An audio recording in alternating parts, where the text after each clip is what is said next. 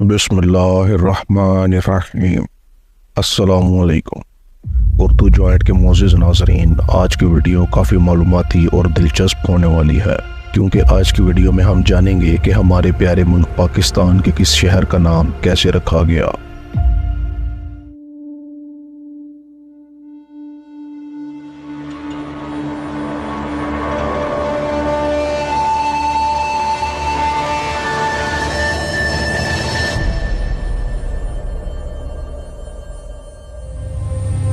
اسلام آباد۔ یہ شہر سن 1959 عیسوی میں پاکستان کا دارالحکومت بنا اور ہمارے مذہب اسلام کے نام پر اس کا نام اسلام آباد رکھا گیا، یعنی اسلام کا شہر۔ کراچی۔ یہ شہر 1948 عیسوی سے 1959 عیسوی تک پاکستان کا دارالحکومت رہا۔ کولاچو نامی ایک ماہی گیر بلوچ کے نام پر اس شہر کا نام کولاچی پڑ گیا۔ یہ بھی کہا جاتا ہے کہ یہاں ماہی گیروں کی ایک بستی تھی جس کی سردار ایک عورت تھی جس کا نام مائی کولاچی تھا۔ اسی نسبت سے اس شہر کو کولاچی کا نام دیا جاتا تھا، جو آہستہ آہستہ کراچی بن گیا۔ 1860 میں پہلی مرتبہ اس شہر کو باقاعدہ کراچی کا نام دیا گیا۔ یہ دنیا کا واحد شہر ہے جسے تاریخ میں 30 سے زائد ناموں سے پکارا گیا، جن میں کلاچی جو گوٹ، کلاچی جو کن، کلاچی جو کنڈ، خراچی، کرانجی، کراشی، کاراچر، کورانجی، گاراچار اور سکندری جیسے مختلف نام شامل ہیں۔ کراچی کو روشنیوں کا شہر بھی کہا جاتا ہے۔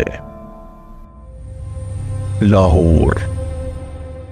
تاریخ میں اس شہر کے نام پر بہت سے اختلافات پائے جاتے ہیں۔ اس شہر کے پرانے ناموں میں محمود پور، لاہانور، لاہانیر، لاواپوری، لاہور اور لوہ آور شامل ہیں۔ تاریخ بتاتی ہے کہ لفظ لاہور لوہ آور سے نکلا ہے، جس کا مطلب لوہ کا قلعہ ہے۔ کہا جاتا ہے کہ ہندوؤں کی مذہبی کتاب رامائن کے مطابق رام، جسے ہندو اپنا خدا مانتے ہیں، اس کے 2 بیٹے تھے، جن میں سے ایک کا نام لوہ تھا۔ اس شہر میں لوگوں نے ایک قلعہ تعمیر کروایا جسے لوہ آور کا نام دیا گیا، جو بعد میں ہوتا ہوتا لاہور بن گیا۔ پشاور۔ یہ دنیا کے قدیم شہروں میں سے ایک ہے۔ اسے باگرام، پرشپورہ، پرشاپور اور پیشاور جیسے ناموں سے پکارا جاتا رہا ہے۔ ایک روایت کے مطابق اس شہر میں مختلف فنون اور علوم سے وابستہ لوگ آباد تھے، اسی نسبت سے اسے پیشاور کہا جاتا تھا۔ ایک اور روایت کے مطابق جب سلطان محمود غزنوی افغانستان سے ہندوستان کی طرف چلا تو جو پہلا علاقہ اس نے فتح کیا وہ یہی علاقہ تھا، اس لیے سلطان غزنوی نے اسے پیش آور یعنی پہلے آنے والے شہر کا نام دیا۔ یوں روانی میں یہ نام پیش آور سے پیشاور ہو گیا۔ کوئٹہ۔ اس شہر کا پرانا نام شالکوٹ تھا۔ کوئٹہ لفظ کوئٹہ سے نکلا ہے۔ کوئٹہ پشتو زبان کا لفظ ہے جس کے معنی قلعے کے ہیں۔ اس شہر کی چاروں اطراف پہاڑ ہیں جو اسے قدرتی قلعے کی حیثیت دیتے ہیں۔ اس کی آب و ہوا کی وجہ سے اس کو چھوٹا لندن بھی کہا جاتا ہے اور اس کے پہاڑوں کو سلیپنگ بیوٹی کہتے ہیں۔ راول پنڈی۔ اس شہر کا نام 2 الفاظ راول اور پنڈی کا مرکب ہے۔ راول ایک ہندو قوم تھی اور پنڈی پنجابی میں چھوٹے گاؤں کو کہا جاتا ہے۔ تاریخ بتاتی ہے کہ جنڈے خان راول، جو کہ ایک ہندو تھا، اس نے یہاں ایک چھوٹا سا گاؤں بسایا جسے 1493 عیسوی میں شہر کا درجہ دیا گیا۔ فیصل آباد۔ یہ شہر انگریزوں نے آباد کیا اور اسے صرف ایک چھاؤنی کے طور پر بنایا گیا تھا، جس کا مقصد قافلوں کی حفاظت کرنا تھا۔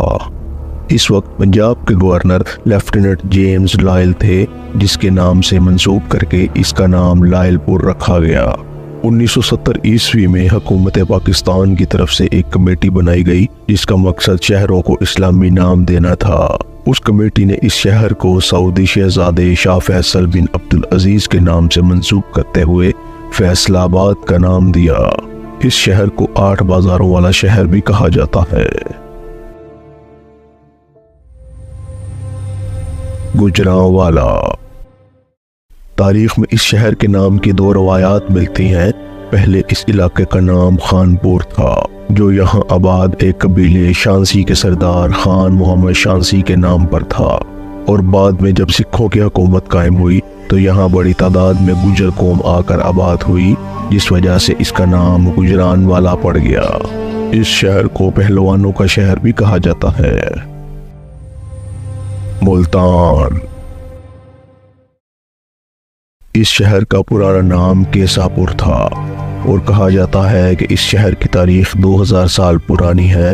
تاریخ بتاتی ہے کہ یہاں مالی نام کی ایک قوم آ کر آباد ہوئی، اور سنسکرت زبان میں آباد ہونے کی جگہ کو استھان کہتے ہیں۔ یوں اس جگہ کا نام مالی استھان یعنی مالی قوم کے آباد ہونے کی جگہ پڑ گیا، جو وقت کے ساتھ ساتھ مالی تان، مولتان اور اب ملتان بن گیا۔ ملتان کو اولیاء کا شہر بھی کہا جاتا ہے۔ حیدر آباد۔ اس شہر کا پرانا نام نیرون کوٹ تھا، جو اس وقت کے حاکم نیرون کے نام سے منسوب تھا۔ بعد میں سلطان قطب شاہ نے اپنے بیٹے حیدر کے نام پر اس شہر کا نام حیدرآباد رکھ دیا۔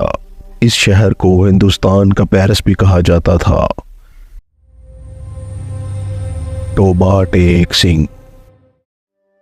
دوستو، ٹوبا تالاب یا کنویں کو کہا جاتا ہے، اور اسے ایک سکھ ٹیکو سنگھ سے منسوب کیا جاتا ہے۔ کہا جاتا ہے کہ اس علاقے میں پانی کی کمی رہتی تھی۔ یہاں ایک سکھ نے تالاب بنوایا جس میں بارش کا پانی جمع ہوتا تھا، جو بعد میں پینے کے کام آتا تھا۔ اسی نسبت سے یہ علاقہ ٹوبا ٹیک سنگھ کے نام سے جانا جانے لگا۔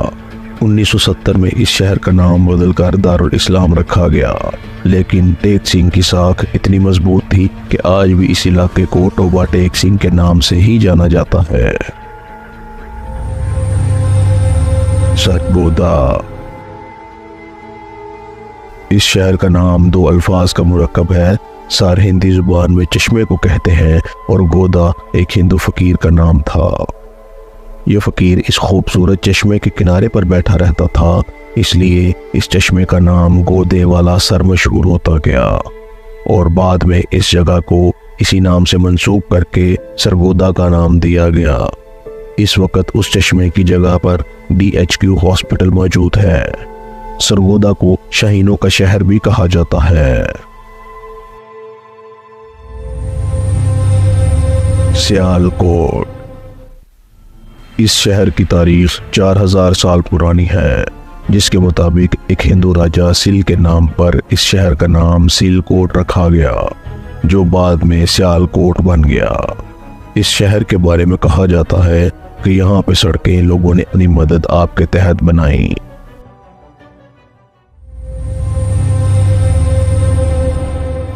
شیخو پورہ۔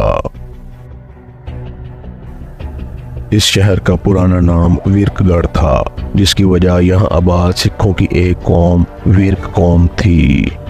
مغل بادشاہ جلال الدین محمد اکبر اپنے بیٹے نور الدین محمد جہانگیر کو پیار سے شیخو کہہ کر پکارتا تھا، اور یہ علاقہ اس کی شکار گاہ تھی۔ اسی نسبت سے اس علاقے کا نام شیخو پورہ پڑ گیا۔ رحیم یار خان۔ اس شہر کا پرانا نام نوشہرہ جدید تھا۔ 1881 عیسوی میں بارود خانے میں آگ لگنے سے ریاست بہاولپور کے رحیم یار خان نامی ایک شہزادے کی موت واقع ہو گئی، جس کی یاد میں اس شہر کا نام تبدیل کر کے رحیم یار خان رکھا گیا۔ ڈیرہ غازی خان۔ ڈیرہ فارسی زبان میں رہائش گاہ کو کہا جاتا ہے، اور غازی خان کے بارے میں تاریخ بیان کرتی ہے کہ 1476 عیسوی میں ایک بلوچی سردار میر حاجی خان میرانی نے اس جگہ کو اپنا مسکن بنایا، اور بعد میں اپنے بیٹے غازی خان کے نام سے منسوب کر دیا۔ یوں اس جگہ کا نام ڈیرہ غازی خان پڑ گیا۔ اس شہر کی ایک خاص بات یہ بھی ہے کہ اس شہر کی سرحدیں پاکستان کے 4 صوبوں سے ملتی ہیں۔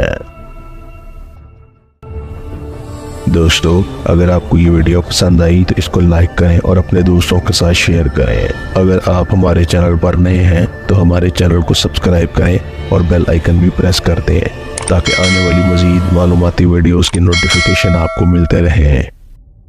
اللہ نگہبان۔